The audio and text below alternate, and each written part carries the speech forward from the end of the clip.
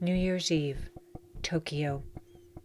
While fireworks lit the sky and families gathered to celebrate, one house in the quiet suburb of Setagaya stood in complete silence. No laughter, no toasts, just darkness and death. A killer had slipped through the shadows, calm, deliberate, and massacred an entire family in their home. But here's the chilling part. He didn't leave right away. He stayed. He ate their food, he logged into their computer, he slept on their couch, and when he finally walked away, hours later, he left behind a scene so disturbing, so detailed, that investigators believed they'd have a suspect in days. But it's been more than 2 decades. No one has ever been charged. I'm Kerrie Droban, and this is Crime Stands Still Deep Cuts. Today we unravel one of Japan's most baffling cold cases, the Setagaya family murders. If you're drawn to the psychology behind the predator, the obsession, the pathology, the chilling calm that often hides in plain sight, check out my latest book, Surviving a Psychopath, In Court, in Life, and in Love. Available now on Amazon and wherever books are sold. December 31st, 2000. Haruko Miyazawa hadn't heard from her daughter Yasuko or son-in-law Mikio all morning. That was unusual. The Miyazawas lived right next door, connected by a wall, close enough to hear laughter, footsteps, and the buzz of daily life. But that morning, there was nothing. Haruko knocked. No answer. She used her spare key. And what she saw inside, she would never forget. Mikio, the father, lay at the base of the stairs, bloodied, bludgeoned, his body riddled with stab wounds. Upstairs, Yasuko, 41, and their daughter, 8-year-old Nina, were found in a pool of blood, tangled together, possibly in a final embrace. Both had been stabbed repeatedly. In the bedroom, 6-year-old Ray was found in his bed, strangled in his sleep.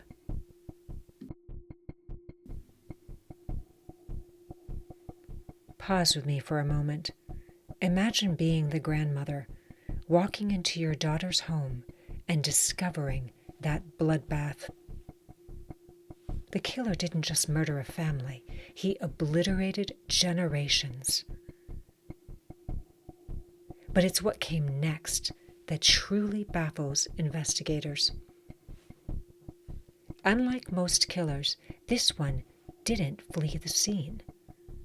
Forensics revealed that he stayed for hours. He rummaged through drawers.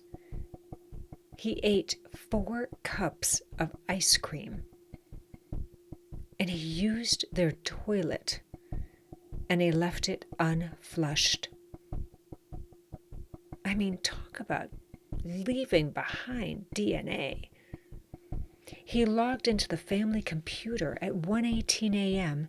and again, check this out, at 10 a.m. the next morning, just hours before the grandmother arrived. Think about that. Was he still in the house when Haruko opened the door? The killer left behind hundreds of fingerprints, blood smears, sweat, and even his clothing.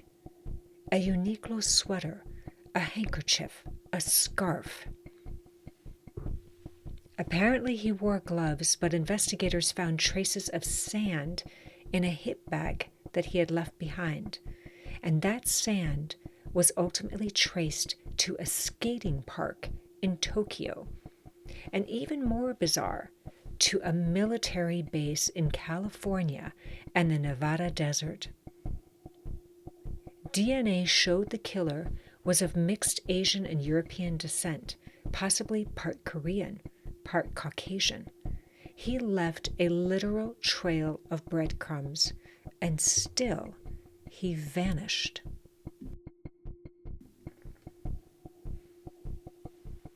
It sounds impossible, doesn't it?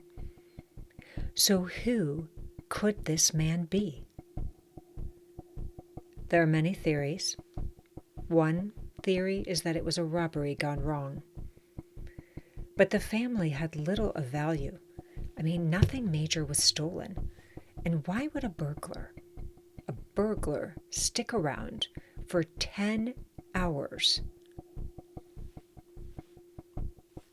Another possible theory was that it was a personal vendetta. Mikio the father had complained about skateboarding noise from a nearby park. Did he confront the wrong person? A teenager? A troubled youth? A local with a grudge? I mean, think about that. You don't like the noise coming from a skateboard park, and so you get murdered for it? Third theory, military connection. The sand in the hip bag, the gloves made for foreign markets, the DNA suggesting mixed heritage. Some believe the killer may have been a U.S. serviceman. But why this family? Why such brutal overkill? Theory 4. It was a professional hit, disguised as random. It was the precision, the calm, the methodical movements. Some theorize the killer had military or intelligence training. But what about the feces in the toilet? I mean, what is that? The disorganized mess, the impulsive rage. I mean, does that sound like a pro to you? I don't know any hitmen or assassins that would operate like that. Could you kill 4 people in cold blood, then curl up on their couch and fall asleep? I mean, who does that? What kind of mind finds comfort in the aftermath of their own massacre?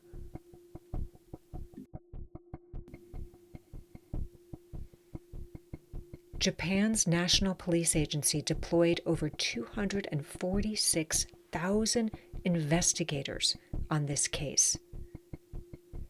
They've collected over 12,000 pieces of evidence. They have followed thousands of leads and distributed millions of wanted posters, including one on a massive Tokyo building that reads, "Do you know this man's DNA?" I mean, this is an astonishing amount of manpower, and still nothing. Despite over 100,000 DNA comparisons in Japan and Interpol databases, there has never been a match. I mean, this is crazy. This is like a ghost. A full DNA profile should lead somewhere, especially over 2 decades. So this suggests that the killer either never had a prior offense or wasn't in any known system, domestically or internationally, because you have to have committed a crime to actually be in the database.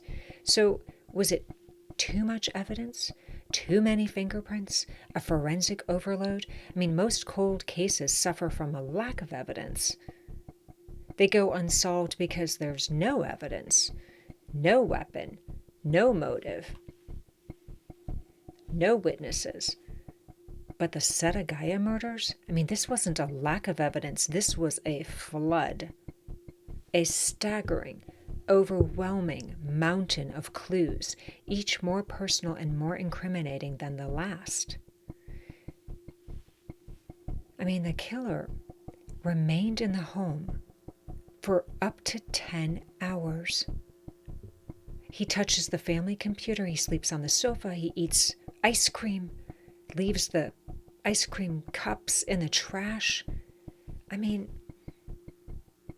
staying around for that long indicates a shocking level of comfort, or possibly mental instability, right? Either way, it defies the expected flight response.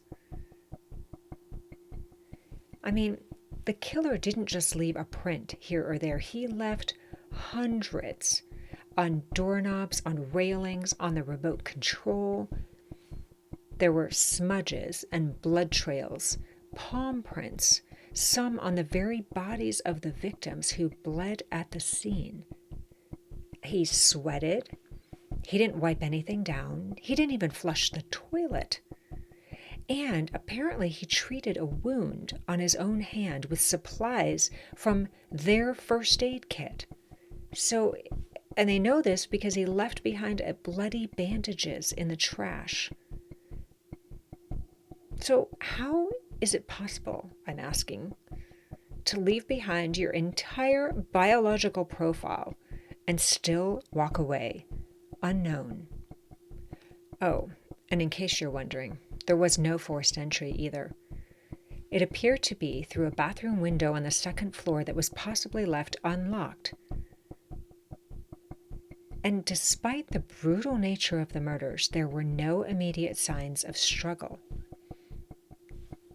Even the family dog didn't bark, which suggested that the killer may have been known or frighteningly stealthy.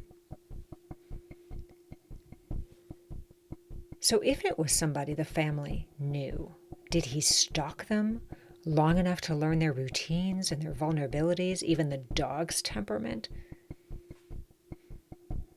I mean, this case, I know it's baffled investigators for 2 decades, but it is truly baffling to me. I mean, if this was something that was written as a novel, I would tell the writer, nobody's going to believe this. I mean, there was sand traced to foreign locales. It was linked to a Tokyo skating park, an Edwards Air Force Base in California, a region in the Nevada desert. I mean, these are wildly specific places, right? And they hint at a military connection, which is possibly a foreign national stationed in Japan. But military records, immigration, base access logs, none of that yielded any solid leads. So if the killer was a foreign national or soldier, an American serviceman stationed in Japan, how did he slip through the cracks? I mean, did he leave the country right after the murders, after waiting 10 hours? Did someone help him disappear? It's extreme overkill. I mean, the father, Mikio, had brutal head injuries and dozens of stab wounds.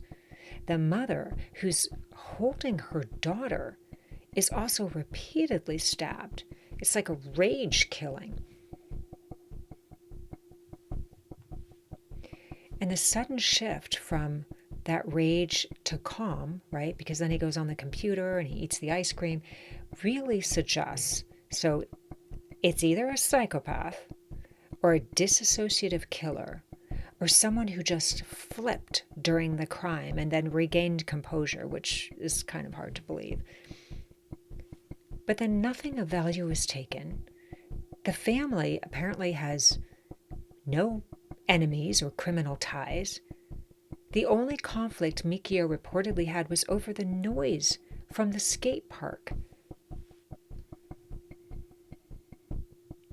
So over the course of 20 years, investigators have followed up on 13,000 tips.